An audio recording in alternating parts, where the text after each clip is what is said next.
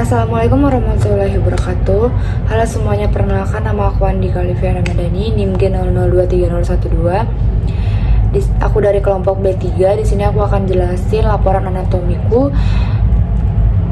tentang ACL, plexus brachialis dan regodorsum extremitas superior. Yang pertama aku tentang ACL.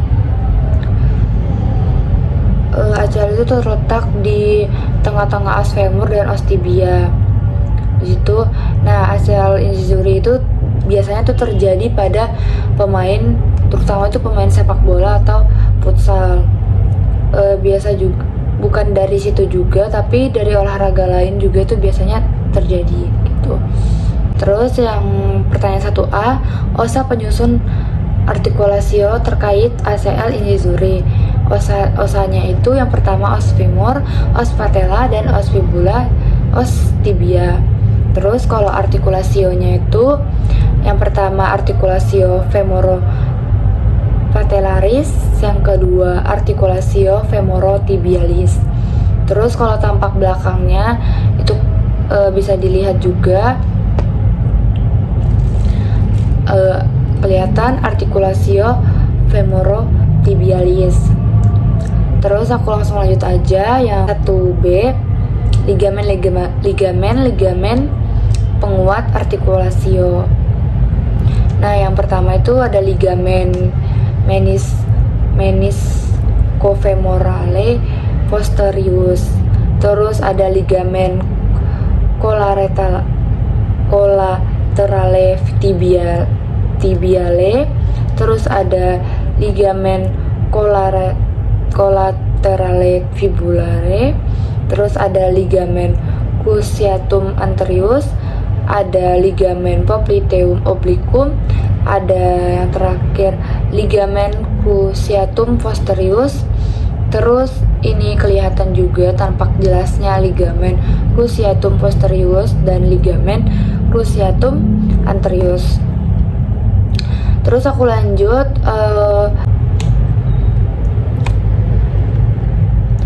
di sini aku lanjut pertanyaan 1C, otot dan tendon yang berperan. Nah, yang pertama otot dan tendon musculus quadriceps femoris itu terbagi menjadi 3. Ada musculus rectus femoris, terus ada musculus vastus lateralis, ada musculus vastus medialis. Terus kalau dibuka terlihat ada musculus vastus intermedius. Terus ada otot dan tendon hamstring muskul. Yang pertama ada biceps femoris muskul. Itu terbagi menjadi 2, ada long hand dan short hand. Terus ada semitendinosus muskul, ada semimembranosus muskul. Terus lanjut bursa khas pada struktur tersebut. Ada yang pertama bursa suprapatellaris, yang kedua ada bursa subfacialis prepatellaris, terus ada bursa subpoplitea, ada bursa infrapatellaris profundu, terus ada kelihatan itu bursa subpoplitea. Lanjut 1E, arteri dan vena yang melewati struktur tersebut. Yang pertama arteri, dari atas kita lihat ada arteri femoralis, terus turun ada arteri circumflexa femoris lateralis, terus ada circumflex femoris medialis, terus ke bawah lagi, terus ada arteri profunda femoris, ada arteri descendens genus, ada arteri superior lateralis genus, terus turun lagi ke bawah ada arteri superior medialis genus, ada arteri inferior lateralis genus, ada arteri inferior medialis genus. Terakhir karena dia terdekat maksudnya di tibia, jadi dia namanya arteri tibialis anterior. Terus ini tampak belakangnya ada dari atas itu arteri glutea inferior, baru turun ke bawah ada arteri poplitea. Terus ada terbagi lagi arteri tibialis posterior, ada arteri tibialis anterior, ada arteri fibularis. Terus kita bisa lihat di sini ada arteri iliaca communis, ada arteri iliaca externa, ada langsung aja ya kita langsung ke bawahnya ada arteri femoralis, ada arteri profunda femoris, sudah tadi disebutin,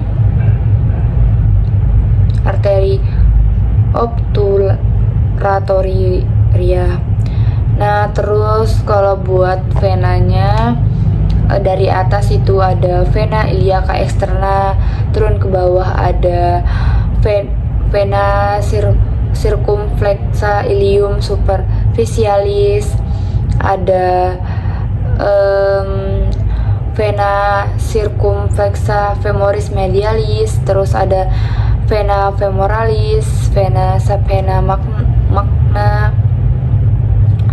Terus kalau ke bawah lagi ada vena sapena parva, ada vena sapena magna lagi,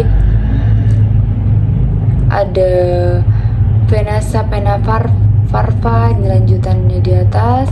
Terus ada vena sapena magna. Terus aku lanjut pembahasan soal kedua tentang flexus brachialis.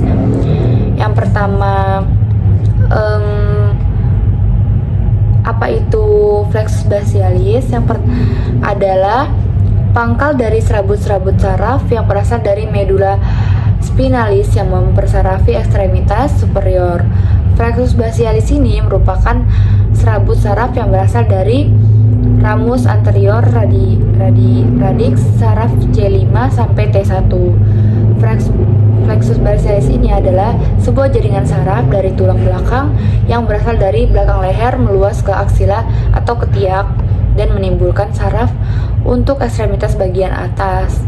Nah, flexus brachialis ini terbentuk oleh penyatuan dari kelima bagian saraf. Terus fungsinya apa sih? Fungsinya itu untuk mempersarafi lengan. Terus ini bercabang menjadi beberapa saraf yang juga berperan mensarafi lengan. Meski tiap saraf ini memiliki daerah persarafan yang berbeda-beda. Flexus brachialis ini dalam regiosoli posterior dibatasi di sebelah caudal oleh clavicula dan terletak di sebelah posterolateral sternocleidomastoideus, berada di sebelah kranial dan dorsal arteri subclavia, disilangi oleh musculus omohyoideus venter inferior. Yang 2A aku akan jelasin perjalanan dan pembagian flexus brachialis hingga menjadi nervi di perifer. Nah, dari persarafannya itu ada dari C5, C6, C7, C8, dan T1. Di bagian ramus itu. Nah, di bagian trunkus C5 dan C6 itu superior, terus C7 itu midline, C8 dan T1 itu inferior. Terus di bagian divisi itu setiap persarafan itu terbagi menjadi anterior posterior. Jadi setiap saraf itu terbagi menjadi dua, dan anterior dan posterior. Nah, tapi ada ujungnya namanya itu suprascapular nervi. Terus di bagian korda itu dari anterior sama anterior itu menjadi lateral, terus bagian posterior, dan posterior itu menjadi posterior, terus yang terakhir anteriornya itu menjadi medial. Terus di situ ada percabangan namanya lateral nervus nerve lateral vektoral dan nerve medial vektoral. Terus yang di bagian bawah nerve lower subclavicular, ada yang kedua nerve thoracodorsal, terus nerve upper subclavicular. Terus yang percabangan itu, dan di nervusnya itu di sini ada keluarnya menjadi nervus axilla dan nervus musculocutaneus, ada nervus radial, ada nervus median dan nervus ulnar. Terus lanjut 2C itu nervus yang keluar dari plexus brachialis, itu ada nervus axillari, terus nervus musculocutaneus, terus nervus radial, ada nervus median, ada nervus ulnar. Terus fungsi motoriknya, apa saja muskul yang diinervasi oleh nervi yang keluar dari plexus brachialis. Nah, yang pertama itu ada nervus musculocutaneus, itu ada musculus coracobrachialis, ada musculus biceps brachii, ada musculus brachialis. Dia menyarapi kulit sepanjang sisi lateral lengan bawah setelah menjadi nervus cutaneus antebrachial lateralis. Terus ada nervus axillaris, itu dia di distribusinya itu musculus deltoideus dan musculus teres minor.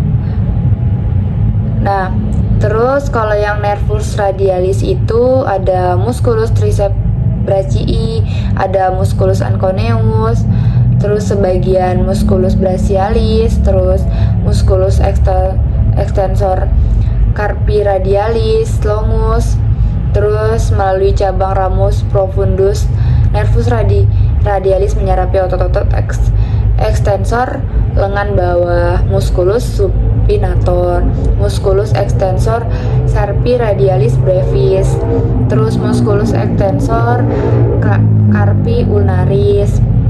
Terus ada musculus extensor digitorum, ada musculus extensor digiti minimi, ada musculus extensor indicis, ada musculus abductor pollicis longus, ada musculus extensor pollicis longus, ada musculus extensor pollicis brevis kulit. Di sini aku akan jelasin nomor 3, musculus penyusun regiodorsum extremitas superior. Yang pertama ada musculus trapezium, terus itu yang bagian di belakang. Terus ada musculus levator scapulae, itu bagian sini leher sampai perbatasan scapula. Terus ada rhomboid minor, itu yang kecil dan bagian atas, dan kalau bagian bawah itu yang bagian besar, itu namanya rhomboid major. Terus ada yang bagian sini itu namanya latissimus dorsi. Nah, lanjut nomor 3A-nya itu inervasi dan erigonya dan insertio. Yang pertama musculus trapezium. Nah, di origo dengan protubertia occipitalis externa. terus ada linea nuclea, terus prospinosus vertebra C5 sampai T12. Terus di insertio 1/3 lateral clavicula acronium spinalis scapulae. Terus di inervasi nervus accessorius atau nervus 11. Terus ada musculus latissimus dorsi di origo sama prospinosus spinosus vertebra T7 sampai Li5 dan crista iliaca. Terus 3 costae terakhir di insertio sulcus inter tubercularis humeri. Terus di inervasi sama nervus thoraco-dorsalis. Lanjut, yang ketiga ada musculus levator scapulae di origo sama fructans versus FC 1 sampai 4. Di insertio oleh margo medialis scapulae di atas spina scapulae. Di inervasi sama nervus dorsalis scapulae.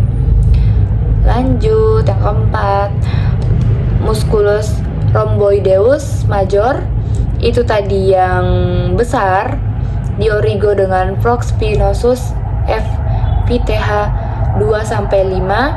Di insertio margo medialis scapulae, di inervasi sama nervus dorsalis scapulae.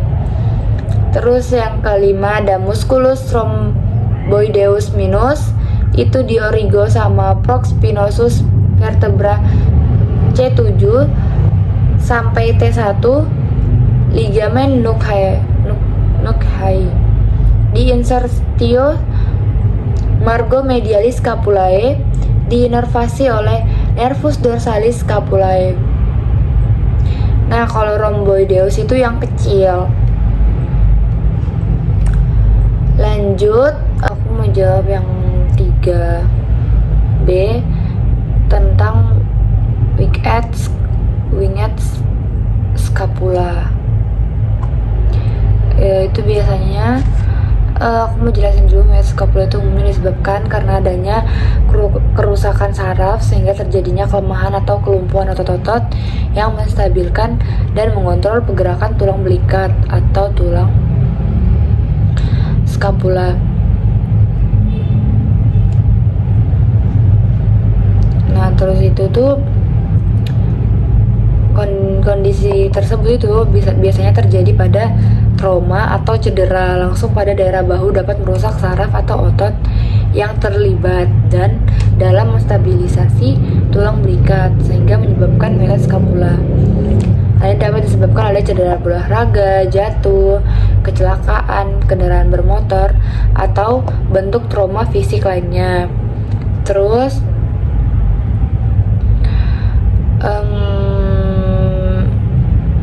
kalau dari nggak non traumatis itu contohnya adalah penyakit akibat virus seperti polio, influenza. Terus yang kedua reaksi alergi. Terus ada yang ketiga paparan racun seperti insektisida. Terus yang keempat ada distrofi otot atau kelemahan otot yang disebabkan karena penggunaan beberapa otot atau adanya kelainan bawaan gitu. Sekian presentasi laporan anatomi saya. Mohon maaf sebesar-besarnya bila ada kata yang salah. Sekian dari saya. Waalaikumsalam warahmatullahi wabarakatuh.